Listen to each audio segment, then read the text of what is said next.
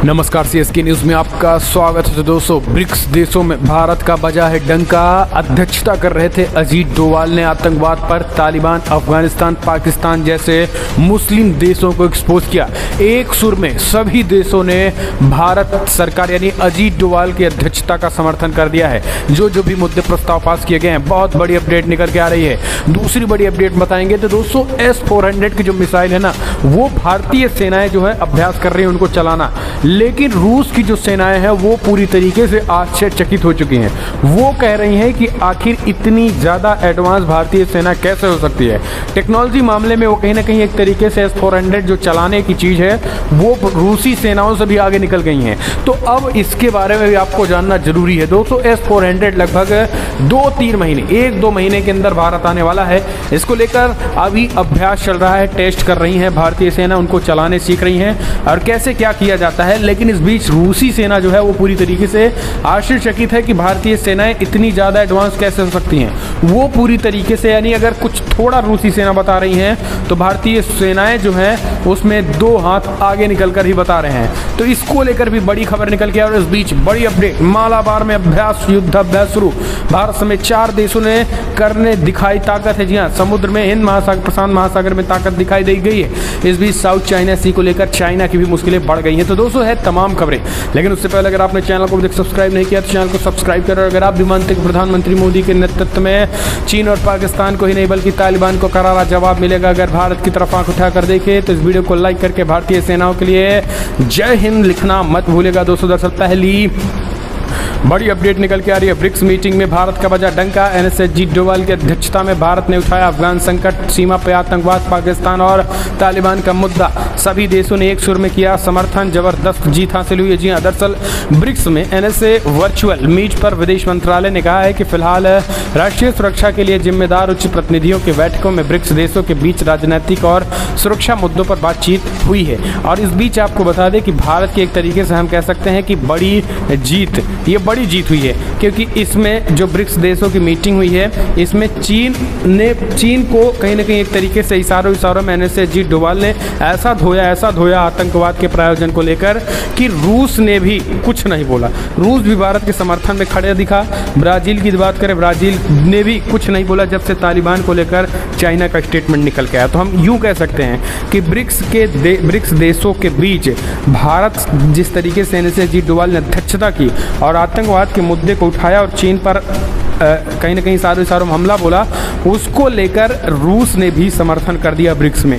जी हाँ, दरअसल virtual meet हुआ। विदेश मंत्रालय ने बताया कि भारत ने बैठक के दौरान सीमा पर आतंकवाद और लश्कर-ए-तैयबा और जैश-ए-मोहम्मद जैसे समूहों की गतिविधियों का मुद्दा उठाया, जिन्हें राज्य का समर्थन प्राप्त है, शांति और सुरक्षा को खतरा बताया है। वहीं उच्च प्रतिनिधियों ने ब्रिक्स शिखर सम्मेलन द्वारा विचार किए गए BRICS counter terrorism action plan को भी अपनाया है। एक सुर में ब्रिक्स के जितने देश हैं वो कहीं ना कहीं NSA अजीत डोवाल की अध्यक्षता में जो काउंटर टेररिज्म एक्शन प्लान था, एक सिरे में उन्होंने हाँ किया है। इवन चाइना ने भी यहाँ पर भारत का समर्थन किया है। उसके बावजूद भी NSA अजीत डोवाल जो है दोस्तों, ब्रिक्स देशों की मीटिंग में वर्चुअली हो रही थी, चाइना को कहीं ना कहीं इशारों में आड़े हाथ ले लिए। यानी आतंक के जो सरपरस्त हैं, चाइना ही हो या पाकिस्तान हो, क्योंकि अगर हम पाकिस्तान को देखें तो पाकिस्तान का भी बाप चाइना है, आतंकियों के बाप इमरान खान है और इमरान खान के बाप चाइना है। तो अल्टीमेटली देखा जाए तो फिर चाइना ही सब कुछ कहीं ना कहीं एक तरीके से सबका बाप है। और इसी को देखते हुए NSA अजीत डोवाल ने आतंक के सरपरस्तों पर बड़ा हमला बोला है और कहीं ना कहीं आतंक के मुद्दे पे रसिया हो, ब्राज़ील हो या फिर दक्षिण अफ्रीका हो, इन तीनों देशों ने साफ समर्थन किया। दरअसल ब्रिक्स जो है ये 5 देशों का समूह है। तालिबान द्वारा अफगानिस्तान पर कब्जा करने के बाद ये बैठक हुई है। ब्रिक्स में ब्राज़ील, रूस, भारत, चीन, दक्षिण अफ्रीका है। दुनिया के 5 सबसे बड़े विकासशील देशों का एक साथ लाता है, जो वैश्विक आबादी का 41% है और वैश्विक GDP का 24% और वैश्विक व्यापार का 16% प्रतिनिधित्व करता है।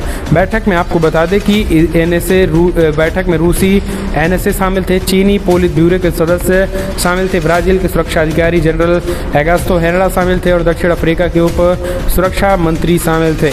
लेकिन अब इन सब के मुद्दों पर भारत आतंकवाद और उग्रवाद कट्टरपंथ से निपटने के लिए ब्रिक्स देशों के सामने जो मुद्दा उठाया, एक स्वर में सब ने उस प्रस्ताव को कहीं न कहीं पास किया और कहा है कि आतंकवाद जो है वो सबसे बड़ी समस्या बन चुका है। और चीन की तरफ भी इशारा करते हुए रूस ने भारत का समर्थन किया। ये तो हुई एक खबर। दूसरी खबर जो जानना बेहद जरूरी है कि रूस की जो सेना है वो दोस्तों, वो कहीं ना कहीं रूस की सेना भारतीय सेनाओं के एक तरीके से युद्ध कौशल को देखकर पूरी तरीके से आश्चर्यचकित हो चुकी है कि आखिर S-400 मिसाइल जो भारत ने कभी भी अभी तक चलाई ही नहीं भारतीय सेना, उसको लेकर दो हाथ कैसे निकल चुकी है भारतीय सेनाएं। जी हाँ, दरअसल भारत को इस वर्ष के अंत तक रूस की मिसाइल रक्षा सिस्टम S-400 मिलने जा रहा है। जमीन से हवा में मार करने वाली इस प्रणाली के मिलने से भारत की मारक क्षमता और मजबूत हो जाएगी।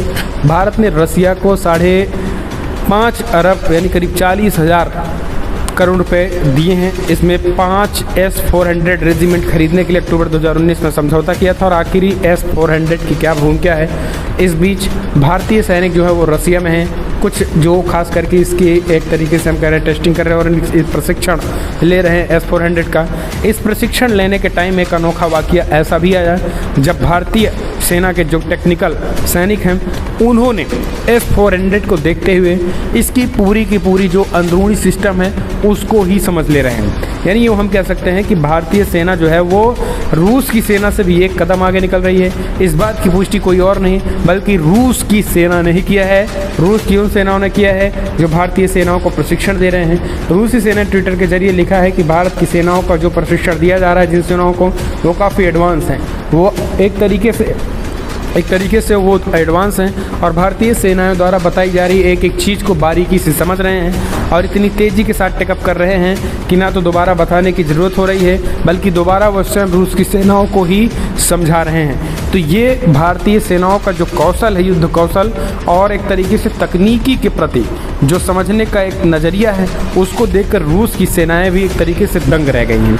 और इसी को देखते हुए रूस की सेना ने भारतीय सैनिकों को जो वहाँ पे गए हुए प्रशिक्षण लेने, उनकी कायल हो गई हैं। उनका कहना है कि भारत जो है S-400 सिस्टम जो है वो कहीं ना कहीं ले जाने के बाद इतनी आसानी के साथ चलाएगा कि कहीं ना कहीं किसी भी तरीके से कोई भी देश भारत की तरफ आंख उठाकर नहीं देख पाएगा। क्योंकि दोस्तों S-400 जो है टेक्निकल सिस्टम, इसे चलाना अपने आप में एक बहुत बड़ी बात है, लेकिन भारतीय सेनाएं जो है वो इसमें भी पारंगत हो रही हैं और हो चुकी हैं लगभग। इसी को लेकर रूसी जो सेनाएं हो वो जमकर तारीफ किए हैं। एक और खबर ले लेते हैं दोस्तों। 4 देशों का युद्धाभ्यास चल रहा है। चीन के होश उड़ गए हैं समुद्र में और साइड चाइना से बचाने को लेकर अब चाइना भी तिलमिला रहा है। भारत समेत 4 देशों का नौसेना एक साथ ताकत का प्रदर्शन कर रहे हैं। इनमें मालाबार युद्धाभ्यास भी है। भारत शुरू होने वाले आज से क्वाड देशों के साथ नौसेना अभ्यास शुरू मालाबार 21 में भाग लेने के लिए पूरी तरीके से तैयार है। भारतीय नौसेना, INS अमेरिकी नौसेना, जापानी समुद्री आत्मरक्षा बल और रॉयल ऑस्ट्रेलियाई नौसेना के साथ 26 से 29 अगस्त 2021 तक मालाबार अभ्यास मालाबार 2021 समुद्री चरण में भाग ले रही हैं। तो दोस्तों इस युद्धाभ्यास के बाद चाइना जो है तुल मिला है जब से उसको पता चल चुका है कि भारत जो है 4 देशों के साथ युद्धाभ्यास कर रहा है। उसमें जापान और ऑस्ट्रेलिया जो कि क्वाड देशों के मेंबर हैं वो शामिल हैं। तो ये चाइना जो है साउथ चाइना सी को लेकर डर सता रहा है। तो दोस्तों बिग ब्रेकिंग अपडेट में इतना है, लेकिन अगर आपको वीडियो पसंद आया तो लाइक कर शेयर